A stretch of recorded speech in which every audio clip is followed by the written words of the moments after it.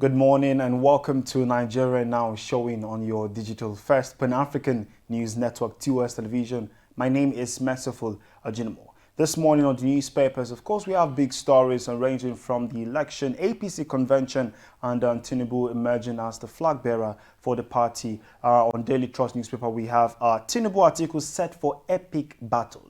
This story and more will be analyzed by Adebayo Fajmi. Good morning. Good morning to you. How are you doing? I'm good. Okay. Of course, we had this speech yesterday. We saw how the voting was counted yesterday. What now? What is the next step now? Just like I've said that the emergence of Tinubu, for me, it's not going to be something that will surprise me. And what happened yesterday is the same thing that happened to the presidential candidate of the PDP, Atiku Abubakar. And if you look at the two people, they have the national structure. They have the cross appeal north and south. Except a party just want to lose election come 2023. And don't forget, these two candidates are not the best from the two parties, but because of the structure, and there is nothing the political party wants than to win an election. So for them to be able to win, as we speak now in the both parties, so they have people who have the capacity, the political wherewithal to deliver for the party. When you talk about structure, are you referring to financial structure in terms of them being the big wigs of the party, having deep pockets? Because we have Nigerians, all over the news. We had some people, talk to our news crew and say, look, these people have emerged because of their level of wealth. Their pocket is really deep. Is that what you're referring to as structure? Not really, but having a deep pocket is part of the game. But just like Barack Obama said in his book, The Audacity of Hope, that you may have a very deep pocket, but that may not really count as having a very good structure in terms of people. So if you look at the two candidates, they have the structure. In the northern part and the southern part, they have the structure in terms of people, foot soldiers who can make things work for them, who can make things happen for them. So if you want to make things happen, you have to finance these people also. So they have the people. And if you look at Ashiwaju, you have governors, he has mentors, you have senators, you have House of Rep members, you have a lot of them like that. So also Alhaji Atiku Abubakar. So now back to your question. So what is next for them now is their running mate, and that is really going to have an impact on whoever is going to emerge. So, and that choice, they must choose it very carefully. It must be painstakingly done, because if an error is being made in that very particular angle, it may affect either of the candidates. So the next thing for them now is who is going to be their running mate, where is the fellow is going to come from, and what is the capacity of that person to deliver for the party. All right, of course, that's on Daily Trust newspaper. And we have the Nation newspaper next on our list. And from the very top towards the left, we see 48 jostle for Alaafin throne. That's on page 8 of the Nation newspaper as the process begins in Oyo State. How do you react to this update? We're having 48 people, and I personally thought that it's something that is already clear who the next person will be. Now we're seeing this number of people. How will they now make their selection? Of course, in Yoruba land, there are some families who are entitled to the same position. So, and it is normal, just like we have had it over and over in the history of our culture. So it is normal for people to contest.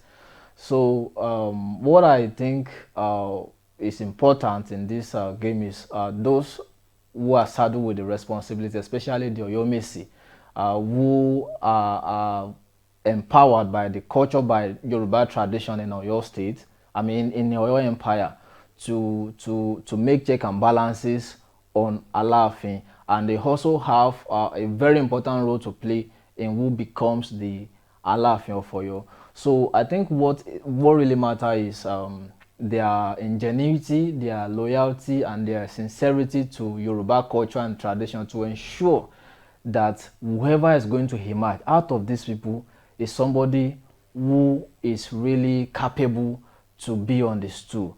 because we have seen it over time in our culture now, babes on the stool, and who are making mockery of the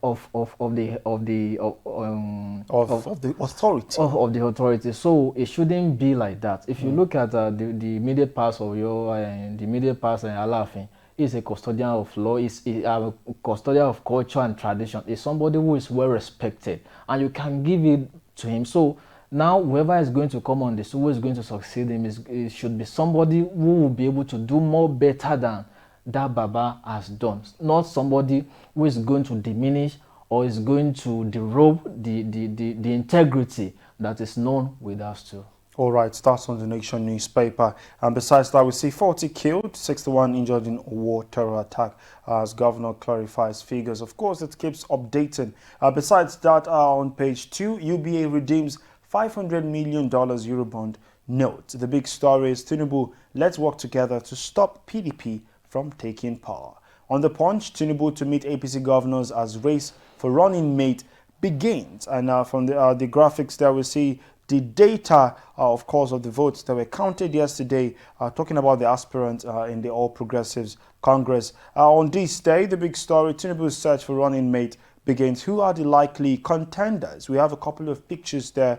Of course, we have Atiku Bagudu there and other people. You can grab yourself a copy of this day to read about these personalities. On the leadership newspaper, from the very top, we see first quarter Nigeria's debt rises by 2 trillion to 41.6 trillion naira. Adebayo, this is a huge, really, because I remember the last time we were having this conversation on the economy, we saw the fact, and now we're seeing this jump from 2 to 41 trillion naira.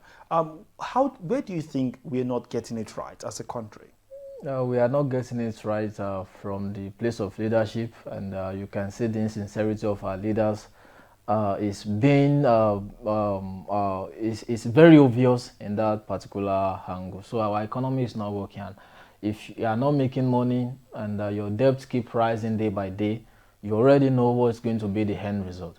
So this and other issue are what I believe should shape our opinion and our decision in who is supposed to be our next president, rather than all these rhetorics and needless agitation, discussion and aspersion that a lot of Nigerians, especially the younger ones, are casting on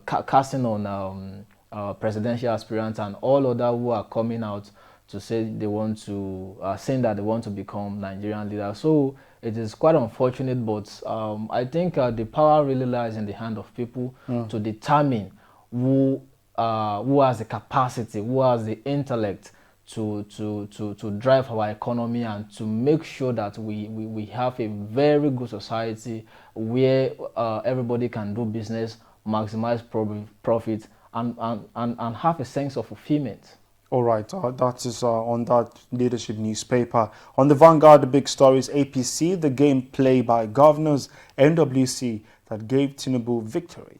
On Blueprint, the big story, Tinubu says, I'm intoxicated by APC presidential ticket.